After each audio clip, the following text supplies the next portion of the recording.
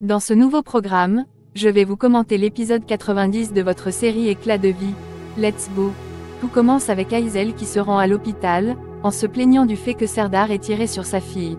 Şevki fait de son mieux pour la calmer, mais Aysel a mal pour sa fille.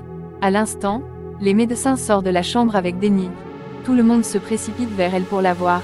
Aysel a le cœur brisé en voyant sa fille dans cet état.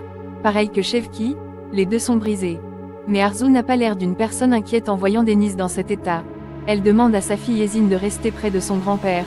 Puis elle se dirige vers Aysel. Cette dernière lui demande quel genre de femme elle est, pour ne pas s'en rendre que c'est sa propre fille qui est couchée sur ce lit d'hôpital. Le docteur demandait du sang pour Deni, mais elle s'en foutait. Arzu lui demande avec peur de rester silencieux, car on pourrait l'entendre parler ainsi. Mais Aysel se fiche que tout le monde l'apprenne. Même si ça importe à Arzu, tant mieux. Par contre, elle lui répète que cette fille est sa fille biologique. Le docteur a demandé qu'on lui fasse un don de sang. Et elle est convaincue qu'Arzu est la seule capable de faire ce don. C'est le moment de prouver qu'elle a bon cœur. Arzu lui répond qu'elle est fatiguée pour parler de ce sujet maintenant. C'est peine perdue si elle continue d'insister. Aysel est désespérée et supplie sa sœur Arzu de sauver sa fille.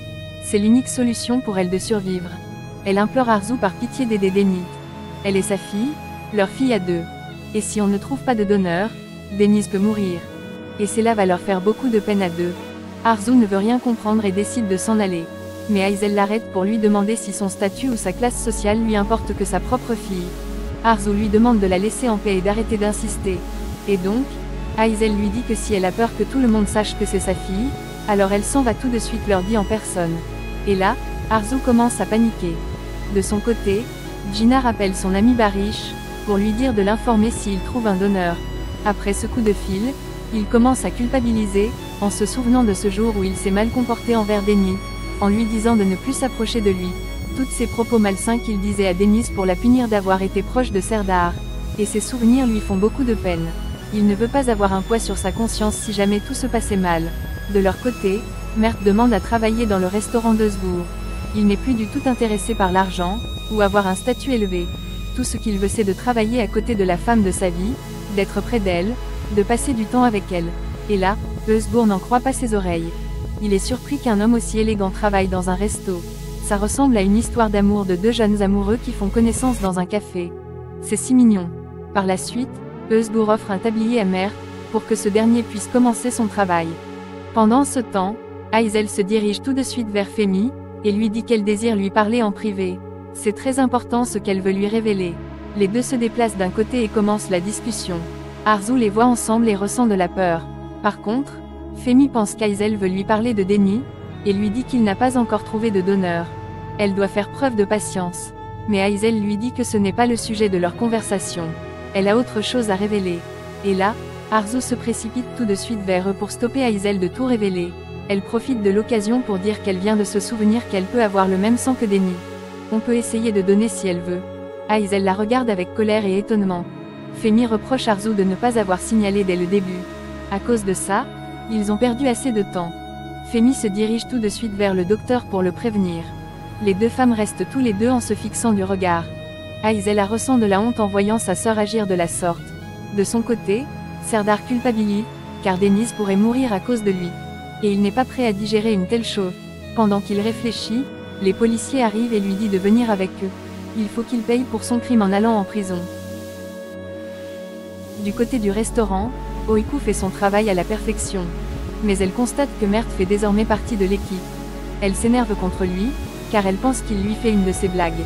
Elle veut savoir concrètement ce qu'il fait là avec un tablier.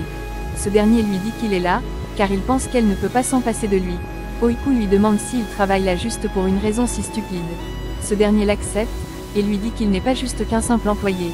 D'ailleurs, il a choisi de démissionner de la maison de vêtements pour s'attacher à des choses simples. Et cet endroit est parfait pour lui. En plus, ce lieu regorge de belles employées comme elle. Mais Oiku lui fait comprendre que sa présence ici ne changera rien entre eux, et donc, ce n'est pas la peine de gaspiller son temps par ici, car ils ne seront jamais ensemble. Par contre, Mert insiste que leur destin est déjà écrit. Ils sont destinés à finir ensemble. Oiku ne fait pas attention à ses propos et continue son travail. Plus tard, le docteur arrive et donne des nouvelles de Deni. Tout s'est bien passé, et ils ont réussi à faire la transfusion sanguine.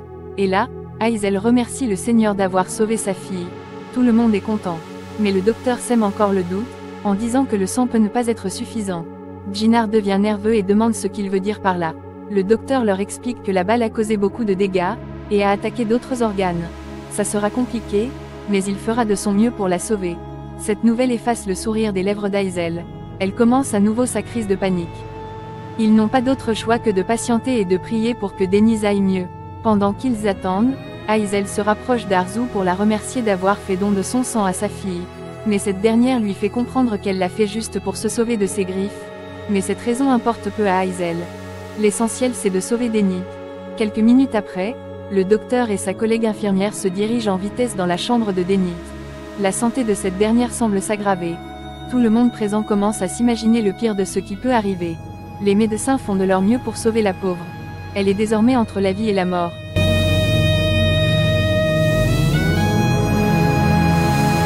Ginard n'a pas l'air bien en voyant sa fiancée en train de mourir.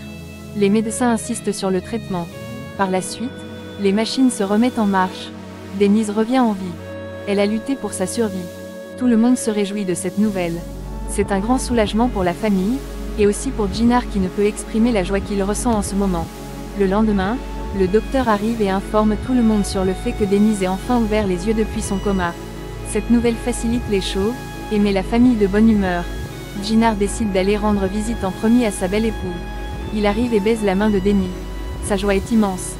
Il fait comprendre à Denise qu'elle est sa bien-aimée, son amour, sa raison de vivre. Denise est heureuse d'entendre ces belles paroles, mais se fait également du souci pour son fiancé. Ce dernier la rassure, en disant que le plus important c'est qu'elle soit enfin réveillée. Ginard ne cesse de se montrer affectueux envers sa fiancée, en baisant sa main, et en se montrant tendre avec elle, c'est là dans le but de lui donner beaucoup d'espoir de se rétablir. Puis il demande pardon à Denise de n'avoir pas réalisé son erreur en choisissant de l'ignorer. Il regrette tellement ce qu'il a fait. Denise se montre indulgente envers son époux, et lui demande de se calmer.